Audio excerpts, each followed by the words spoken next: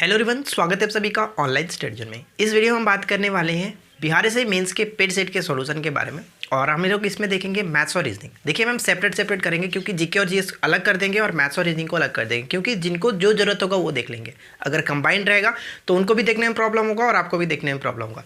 तो मैथ्स अगर आप देखना चाहेंगे तो मैथ्स वाली वीडियो को देख लीजिएगा और जिनको जीके देखना है वो जीके देख लेंगे, ठीक है ना। तो चलिए हम शुरू करते हो। सबसे पहला आज जो पेड सेट 1 है उसके बारे में देखते हैं कि उसका सॉल्यूशन किस तरह से करना है। तो देखिए क्वेश्चन नंबर 81 क्या कह रहा था कि प्रथम 13 प्राकृत संख्याओं के घनों का औसत क्या होगा। देखिए क्वेश्चंस तो काफ़ी अच्छा दिया गया था, कैसे करेंगे इसको। प्रथम 13 प्राकृत संख्याओं के घनों का औसत, हम मानते हैं कि प्रथम 13 प्राकृत जो संख्या होंगी वो कुछ इस तरह से होगा 1 2 3 ... 13 तक, ठीक है।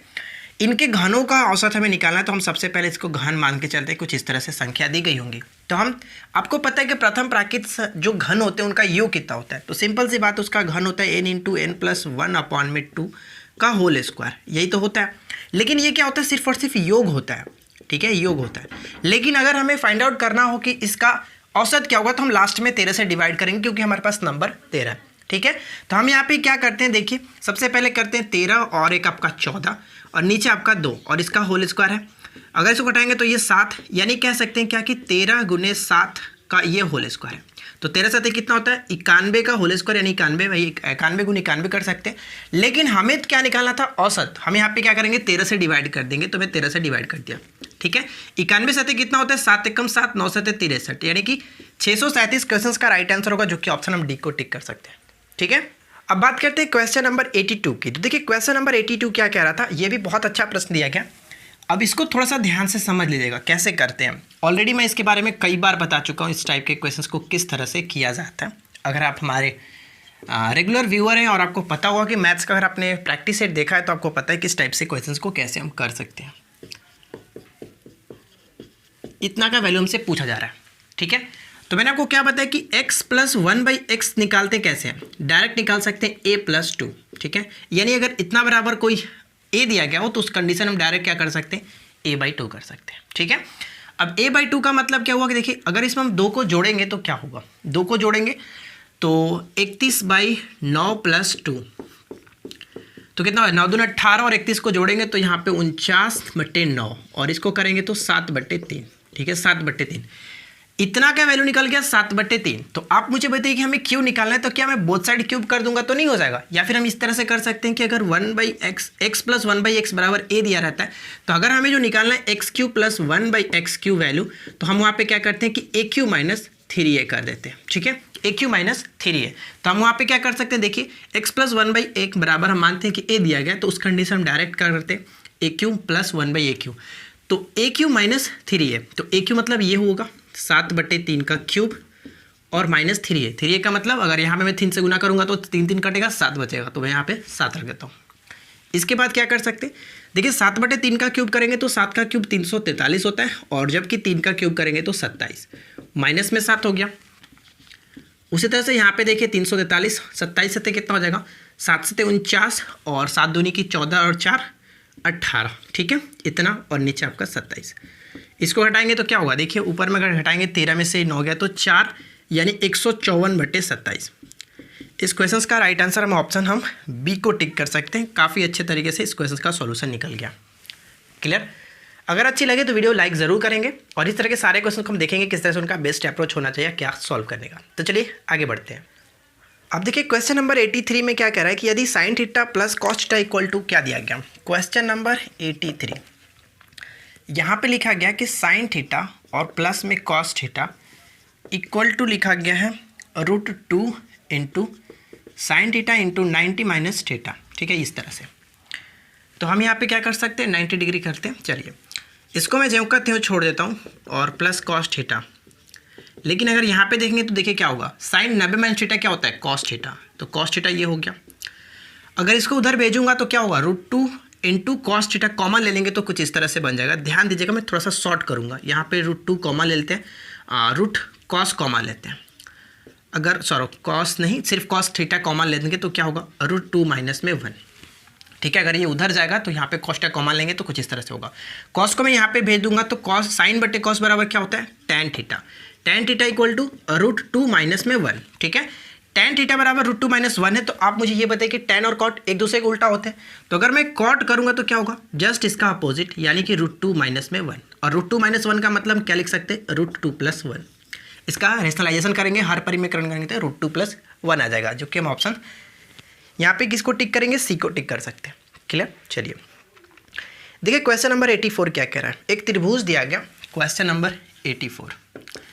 त्रिभुज में क्या कह रहा है कि ABC एक त्रिभुज है, और इस त्रिभुज में AB और AC पे D और बिंदु E है, यानी कि D और E कुछ इस तरह से। ठीक है, आगे कह रहा है कि AD और DB का अनुपात जो दिया गया, यानी ये 2 ये 3 के अनुपात में। आपसे दिया गया यहाँ पे कि त्रिभुज ADE का क्षेत्रफल, यानी ADE का जो क्षेत्रफल है वो 4 है। ठीक है, तो ध्यान दीजिएगा इस टाइप के क्वेश्चन को करने के लिए क्या करते हैं, अगर ये 2 है तो इसका हम कर सकते हैं कि ये स्क्वायर 2 दूना 4 किया गया। तो अगर हम टोटल को देखें, इस टोटल का त्रिभुज कितना क्षेत्रफल हो जाएगा, तो 2 3 5 5 का स्क्वायर कर लीजिए, यानी कि 25। टोटल त्रिभुज का क्षेत्रफल 25। तो कहने का मतलब हमसे पूछा क्या जा रहा है, हमसे पूछा है कि BDE और C, यानी कि इसका क्षेत्रफल हमसे पूछा जा रहा है। तो टोटल त्रिभुज का क्षेत्रफल 25 है, और अगर ऊपर वाले का 4 है तो हम घटा देंगे तो नहीं निकल जाएगा इसका, कोई प्रॉब्लम तो नहीं होनी चाहिए। सिंपल सी बात है कि 25 में से 4 घटाएंगे तो 21 क्वेश्चन का राइट आंसर हो जाएगा, जो कि ऑप्शन हम बी को टिक कर सकते हैं। ठीक है, चलिए देखिए अगला प्रश्न क्या कह रहा है। नेक्स्ट क्वेश्चन है कि एक समद्विबाहु त्रिभुज की 2 समान भुजाएं जो है 20 सेंटीमीटर दी गई है। एक समद्विबाहु त्रिभुज है, यानी समद्विबाहु का मतलब 2 भुजाएं जो इसका समान होगा, ये 20 और ये 20 और ये 30 दिया गया। तो इसको निकालने के लिए 2 मेथड यूज़ कर सकते हैं। पहला मेथड ये कि आप इसका लंब डाल करके 15-15 कर करके हाइट निकाल करके 1/2 गुना आधार गुना ऊंचाई करके हम निकाल सकते हैं। एक सिंपल सा मेथड ये यूज़ कर सकते हैं, हीरोन का फॉर्मूला लगा करके 20 और 40 30 70 70 का आधा करेंगे तो हम लोग अर्ध परिमाप निकाल सकते हैं। और अर्ध परिमाप निकालने के बाद देखिए मैं कर देता हूँ डायरेक्ट, 40 और 30 70 70 का आधा हम करेंगे तो 35 हो जाएगा, और 35 - A यानी कि 20 हो गया ये। उसी तरह से चलो यहाँ पे डायरेक्ट हम कर देते हैं, 35 गुने 35 में से 20 जाएगा तो कितना 15, और फिर से 20 जाएगा तो 15, और फिर से अगर यहाँ पे 30 जाएगा तो 5। ये हो गया रूट में। कौन सा फार्मूला यूज़ कर रहा हूँ मुझे उम्मीद है कि आपको पता होगा, एक बार मैं लिख देता हूँ। एरिया बराबर क्या होता है, हीरोन का फार्मूला आपने पढ़ा होगा कि S × S - A S - B और S - C। ठीक है, यही वाला फार्मूला मैं वहाँ पर यूज़ कर रहा हूँ। अब यहाँ पे देखिए 35 को क्या तोड़ सकते हैं, 5 × 7, और 15 को क्या तोड़ सकते हैं, चलो 15 × 15 ही छोड़ देते हैं, और यहाँ पे 5। ठीक है, देखिए 2 15 और यहाँ पे 2 5, यानी कि ये आपका रूट में है। तो एक 15 बाहर निकला, एक 5 बाहर निकला, लेकिन रूट में आपका 7 बचा। 15 7 15 5 75 √7 इस क्वेश्चन का सही आंसर होगा, जो कि हम ऑप्शन सी को टिक करेंगे। ठीक है, काफ़ी अच्छा क्वेश्चन था, तो मुझे उम्मीद है कि आपने इस क्वेश्चन को कर लिया होगा, कोई प्रॉब्लम नहीं है। चलिए फिर बात करते हैं अगले प्रश्न की। देखिए क्वेश्चन नंबर 86 में क्या कह रहा है कि 2x - 1 है। देखिए क्वेश्चन नंबर 86, 2x - 1 और प्लस में 2x + 1 राइट साइड में 320 के बराबर है। यहाँ पे क्या कर सकते हैं, यहाँ पे सिंपल सी बात है कि 2x/2 दिया गया, और प्लस में 2x × 2 है बराबर में 320। ठीक है, यहाँ पे हम 2x कॉमन करते हैं तो क्या होगा, देखिए 1/2 यहाँ पे बचेगा, और यहाँ पे 2 बराबर में 320। 2x और ये कितना हो जाएगा, 2 और आधा 2.5 यानी कि 5/2। ठीक है, राइट साइड में 320, इसको घटाएंगे तो कितना कटेगा, देखिए 5 दूनी के 10 32 दूना 64। ठीक है, 64 ऊपर में कितना हो गया 2x - 1, क्योंकि नीचे आपका 2 है तो ये आधार सेम है तो पावर घट जाएगा, यहाँ पे x - 2। राइट साइड में 64, तो 2 के फॉर्म में 64 को तोड़ेंगे तो कितना होगा 2 के पावर 6। ठीक है, 2 के पावर 6, आधार सेम है तो पावर भी हम सेम कर सकते हैं, यानी कि x - 1 = 6, x = 7। इस क्वेश्चन का राइट आंसर क्या है, ऑप्शन हम बी को टिक करेंगे। ठीक है, चलिए अगला प्रश्न क्या कह रहा है कि 68 मीटर लंबाई तथा 51 मीटर चौड़ाई वाले एक हॉल के फर्श को आच्छादित करने के लिए कम से कम कितनी वर्गाकार टाइल्सों की आवश्यकता होगी। तो संख्या हमें निकालना है। संख्या बराबर क्या कर सकते हैं, यहाँ पे देखिए क्षेत्रफल कितना है, तो हम अगर देखें तो फर्श का क्षेत्रफल 68 × 51 है, और हमें डिवाइड कितना करना होता है, डिवाइड जो करना होता है उसके HCF का स्क्वायर से, यानी HCF कितना हो जाएगा 68 और 51 का HCF 17 × 4 = 68, 17 × 3 = 51, सबसे अधिक तो 17 होगा। HCF के स्क्वायर से हम इसका डिवाइड करेंगे, तो 17 × 4 = 68, 17 × 3 = 51 करेक्ट है, यानी कि 4 × 3 = 12 टाइल से लगेंगे। ऑप्शन हम बी को टिक कर सकते हैं। काफ़ी इजी क्वेश्चन है। नेक्स्ट क्वेश्चन नंबर 88 क्या कह रहा है, 7x माइनस यहाँ पे लिखा गया जो कि इस फॉर्म में, तो इसको हम क्या करते हैं 3 दूना 6 और ये आपका माइनस में 9/2 बराबर में 1/2। ठीक है, इस कैलकुलेशन करेंगे तो कितना होगा 14x माइनस 6x प्लस में 9/2 इक्वल टू 1/2। ठीक है, कितना हो जाएगा, और ये हो जाएगा आपका 8x प्लस 9/2। चलो 2 से 2 तो ख़त्म ही हो गया, कोई दिक्कत नहीं, यहाँ से यहाँ ख़त्म करते हैं, बराबर में 1। 8x बराबर कितना हो गया, जो कि -8 और x की वैल्यू निकल गई -1। ठीक है, करेक्ट आंसर -1, जो कि हम ऑप्शन ए को टिक करेंगे। मुझे उम्मीद है कि आपने यहाँ पे समझा होगा कि यह साइन किस तरह से चेंज हुआ है। क्लियर, क्योंकि यहाँ पे माइनस का फॉर्म है, तो देखिए माइनस का साइन है तो ये क्या करेगा इसके साथ माइनस, लेकिन ये इसके साथ गुना करेगा तो प्लस में होगा। यही इसमें थोड़ा सा लॉजिकली था। ठीक है ना, चलिए देखिए अगला प्रश्न क्या कह रहा है कि क्वेश्चन नंबर 89 को यहीं पे सॉल्व कर देते हैं, ज़्यादा टाइम नहीं लगेगा इसमें। 7, 11, 15, 19 में कौन सा पद जो 111 है, कौन सा पद 111 है। हम मानते हैं कि लास्ट जो टर्म होगा वो 111 होगा, तो a plus n minus 1 into D, simple सा फार्मूला है। 111 को यहीं छोड़ते हैं, पहला टर्म्स कितना दिया गया, पहला टर्म 7 प्लस n माइनस 1 और d यानी कि 2 पदों के बीच का अंतर, 7, 11, 15 4 अंतर हो रहा है, तो यहाँ पे मैं 4 रखता हूँ। 7 को हटाएंगे तो 111 में से 7 गया तो कितना 104, और 4 से अगर इसको मैं डिवाइड कर देता हूँ तो कितना बचेगा, आप कहोगे 26 चौका होता है, तो यहाँ पे मैं 26 लिख सकता हूँ। ठीक है, 26 बराबर में n माइनस 1, n की वैल्यू कितनी हो गई, n की वैल्यू 26 और 1 27, यानी कि 27वां पद जो होगा वो क्या है, इसका 111वां पद होगा। 27वां पद अगर हम आगे बढ़ाएंगे 7, 11, 15, 19 आगे की तरफ बढ़े तो 27वां पद 111 आएगा। क्लियर, तो मुझे उम्मीद है कि आपने ये सारी चीज़ों को समझ लिया होगा। चलिए फिर देखते हैं अगले क्वेश्चन को। अब देखिए थोड़ा अगला क्वेश्चन क्या कह रहा है कि b का a% और प्लस में a का b% किसके बराबर होगा। क्वेश्चन नंबर 90, b का a%, ठीक है, उसी तरह से यहाँ पे कह रहा है कि a का b%, तो दोनों को जोड़ेंगे तो क्या होगा, यानी कि ab/100 और प्लस में फिर से ab/100, तो कहने का मतलब आएगा क्या 2ab/100। ठीक है, इसके बराबर में हम देखेंगे तो कौन सा ऑप्शन हमारा आएगा 2ab/100। तो अगर पहले ऑप्शन को उठाते हैं तो क्या है, b का 2a%, तो 2a% यानी कि कहने का मतलब कि 2ab/100, तो दोनों तरफ से फॉलो कर रहे हैं कि नहीं, दोनों तरफ तो आ ही गया। LHS बराबर R से दोनों देख सकते हैं, दोनों बिल्कुल इक्वल हो जा रहा है, तो राइट आंसर हम ऑप्शन ए को टिक कर सकते हैं। क्लियर, तो ये थी मैथ्स की जो कि मोस्ट इंपॉर्टेंट सॉल्यूशन होगा, इस तरह से आपको करना है बेस्ट अप्रोच। बात करते हैं रीजनिंग के क्वेश्चंस की। देखिए क्वेश्चन नंबर 91 रीजनिंग का फर्स्ट क्वेश्चन क्या दिया गया था, यहाँ पे 23 का रेशियो दिया गया, 23:72, और यहाँ पे समानुपात इसके साथ है 38 का बताना है क्या होगा। देखिए 23 या 69 में 3 जोड़ा गया है, ठीक है, यानी कि 3 से मल्टीप्लाई करके 3 को ऐड किया गया, तो वहीं पे हम क्या करेंगे 3 से मल्टीप्लिकेशन करके 3 को ऐड करेंगे। 38 दिया कितना होगा 114, अगर 3 को जोड़ देंगे तो 117, यानी इस क्वेश्चन का सही आंसर हम ऑप्शन बी को टिक कर सकते हैं। सेकेंड क्वेश्चन क्या कह रहा है, क्वेश्चन नंबर 92 दिया गया था कि ए बी के पूरब में स्थित है, ए जो है वो बी के पूरब में स्थित है, तो कहने का मतलब कि बी के पूरब में स्थित है, बी के पूरब में स्थित है ए, और सी के पश्चिम में स्थित है, यानी सी के पश्चिम में स्थित है, इस तरह से सी के पश्चिम में ए। क्लियर, आगे कह रहा है कि बी एक्स के पूरब में है, जो बी है वो एक्स के पूरब में है, इस तरह से। अब आगे कह रहा है कि पश्चिम की ओर दूरतम कौन है, पश्चिम की ओर दूरतम कौन होगा, सबसे लास्ट में पश्चिम की तरफ एक्स है, जो कि हम ऑप्शन डी को टिक कर सकते हैं। ठीक है, क्वेश्चन नंबर 93 देखिए, 93 में क्या कह रहा है कि B तथा Q भाई है। ठीक है, तो B और Q जो कि भाई हैं, आगे क्या कह रहा है Q L का पुत्र है, जो Q जो है वो L का पुत्र है, यानी हम कह सकते हैं कि ये दोनों जो है इसके पुत्र ही होंगे। ठीक है, ये दोनों पुत्र ही हैं, पुत्र हैं, ये इसके पिता होगा। आगे क्या कह रहा है L J का भाई है, L जो है वो J का भाई है, यानी हम इसका क्या कहेंगे कि ये दोनों का जे होगा जो वो चाचा लगेगा, इस तरह से कह सकते हैं। आगे कह रहा है कि जे एन का पुत्र है, जे जो है वो एन का पुत्र है, इस तरह से एन का पुत्र ये हुआ। अब आपसे पूछा क्या जा रहा है कि जो बी होगा वो एन का संबंध क्या होगा, तो कह सकते हैं सिंपल सी बात है कि इसका जो संबंध होगा ये इसका पौत्र होगा। ठीक है, इसका पौत्र होगा, यानी कि हम इसको ऑप्शंस को सी को टिक कर सकते हैं, कोई प्रॉब्लम नहीं है। देखिए क्वेश्चन नंबर 94 यहाँ पे क्या कह रहा है, काफ़ी अच्छा प्रश्न है, इसको देखिएगा। 2, 3, 10, यहाँ पे 39 है और उसके बाद वाट और 1175। क्लियर? कैसे करेंगे इस पैटर्न को समझते हैं। देखिए यहाँ पे जो पैटर्न फॉलो किया गया, ये कह सकते हैं कि 2 गुने 2 और माइनस में 1 3 आ जाएगा।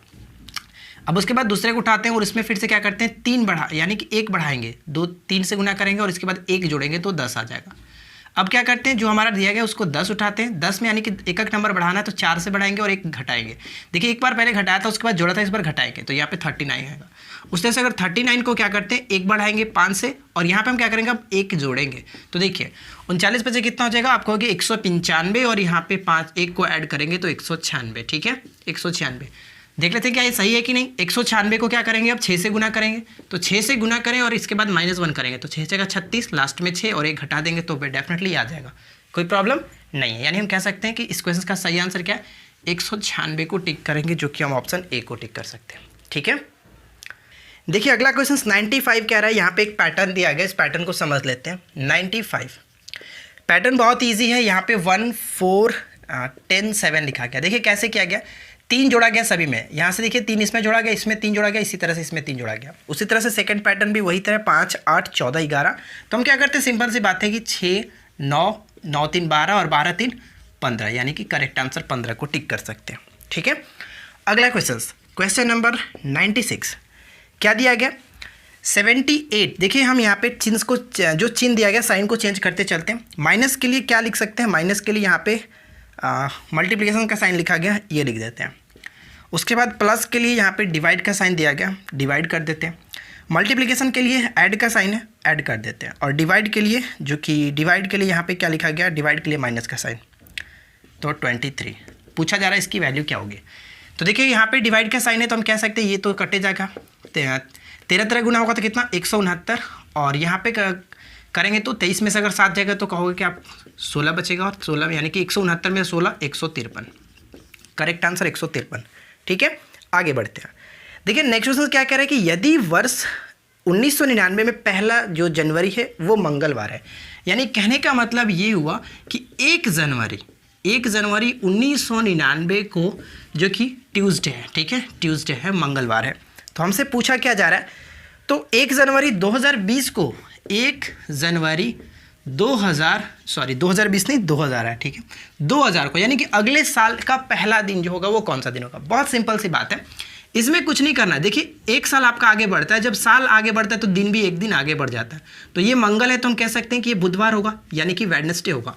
लेकिन क्वेश्चंस अगर अब इसके बाद हम आगे बढ़ते हैं, क्वेश्चंस 2001 पूछा जाता तो क्या होता, ठीक है। अगर ये दिया रहता 1 जनवरी 2000 को वेडनेसडे दिया जाता और 2001 आपसे पूछा था तो क्या करते हैं। तो देखिए लीप ईयर से हम आगे बढ़ेंगे तो क्या होगा, लीप ईयर से आगे बढ़ने पे एक कंडीशन आपका 2 दिन आगे बढ़ता है, तो मंगलवार बुधवार यहाँ पे बृहस्पतिवार हो जाता है, जो कि हम इसको थर्सडे कर देते हैं, ठीक है, सॉरी फ्राइडे हो जाएगा ना, 2 दिन आगे बढ़ाएंगे तो ये आपका फ्राइडे हो जाता। क्लियर, तो इस तरह से आप याद रख सकते हैं, कोई प्रॉब्लम नहीं होगी। चलिए अगला क्वेश्चन। नेक्स्ट क्वेश्चन कह रहा है कि किसी दर्पण का प्रतिबिंब देखिए 3:15 दिखा रहा है, दर्पण में प्रतिबिंब देख रहे हैं 3:15 हो रहा है, तो पूछा जा रहा है कि इसका सही समय क्या है। तो मैंने आपको कई बार बताया कि 11:60 से घटा लीजिए, 11:60 से घटाएंगे तो 3:15 को क्या हो जाएगा, यहाँ पे 45 और 8, यानी कि 8:45 हो रहा होगा, वो घड़ी में दिखा रहा है, जो कि दर्पण में दिखा रहा है 3:15, ठीक है। चलिए अगला प्रश्न क्या कह रहा है कि आकृति को देखिए, आकृति में कितने घन है। तो सिंपल सी बात है, अगर इस आकृति को ध्यान से देखें तो देखिए मैं आपको बताता हूँ। अगर हम इसको एक यहाँ बनाते हैं, एक यहाँ पर होगा, ठीक है, 2 और एक बीच में 3 4 और 5, कुछ इस तरह से हो रहा है, 5 हो रहा है, और यहाँ पे एक 2 की ये इस तरह से आगे की तरफ रखा गया। उसके बाद इस पर एक रखा गया और यहाँ पर भी एक रखा गया होगा और इस पर एक रखा गया, ठीक है। 1 2 3 4 5 तो नीचे है और एक आगे आपका लग लेते हैं, तो ये आपका 6 इस तरह से, इस पे भी एक रखा गया है, इस पे भी एक रखा गया, इस पे एक रखा गया, यानी कि आपका 3 ऑलरेडी ऊपर में हो जा रहा है और इसी पे फिर से एक और रखा गया सबसे टॉप पे, देख सकते हैं, तो एक और हो जाता है, यानी कि 6 3 9 और 1 10। क्वेश्चंस का सही आंसर हम ऑप्शन 1 को टिक करेंगे, 10 घन टोटल बनते हैं, ठीक है ना। चलिए अगला प्रश्न कह रहा है कि दी गई आकृति में कितने त्रिभुज है। बहुत सिंपल सा क्वेश्चन है ये, तो इसमें तो कुछ नहीं है। देखिए फिगर हमारे पास कुछ इस तरह से, इसमें हमें बताना है कि त्रिभुज कितने हैं। तो सबसे छोटा वाला देखिए, अगर एक एक को गिने तो कितना होगा, 4 4 इस तरह से। अगर हम दो दो फलक को लेकर के देखें तो इस तरह से 1 2 3 और एक टोटल 4, यानी कि 4 4 8 हो जाएगा। सही आंसर ऑप्शन हम डी को टिक कर सकते हैं। ठीक है, तो ये 100 क्वेश्चंस था। तो देखिए हम लोगों ने सुबह में देखा था क्या, जीके और जीएस का क्वेश्चंस, और हम लोगों ने यहाँ पे मैथ्स और रीजनिंग भी देख लिया। तो मुझे उम्मीद है कि आप लोग को ये वीडियो अच्छी लगी होगी। वीडियो अच्छी लगी तो लाइक कीजिए, अपने दोस्तों के साथ शेयर कीजिए, और मैथ्स का क्वेश्चन आप देखना चाहते हैं तो मैथ्स का प्रैक्टिस सेट हमारा ऑलरेडी चलता है, आप उसको देख सकते हैं। तो फिलहाल मिलते हैं नेक्स्ट वीडियो में किसी नए टॉपिक के साथ। Thanks for watching, keep watching, keep learning, have a good day. देखिए एक छोटा सा अपडेट्स के बारे में बात करते हैं। इस वीडियो के नीचे डिस्क्रिप्शन में मैंने लिंक दिया रखा है, वहाँ पे अनअकैडमी की टीम की तरफ से हम लोग का जो कोर्सेज है 60 डेज बीपीएससी का कोर्सेज आपको कराया जा रहा है, जो हाल ही में एग्जाम्स होने वाला है 27 दिसंबर को, उसके लिए। तो आप जाकर के वीडियो देख सकते हैं। अगर वीडियो अच्छी लगे तो आप वहाँ पे जाके हमारा कोर्सेज को भी परचेज कर सकते हैं। और मैंने रेफरल कोड का लिंक दिया नीचे, और वहाँ पे आप रेफरल कोड निरंजन 10 यूज़ करेंगे तो 10% का एक्स्ट्रा डिस्काउंट आपको मिल जाएगा। तो बस आज के इस वीडियो में इतना ही, मिलते हैं नेक्स्ट वीडियो में।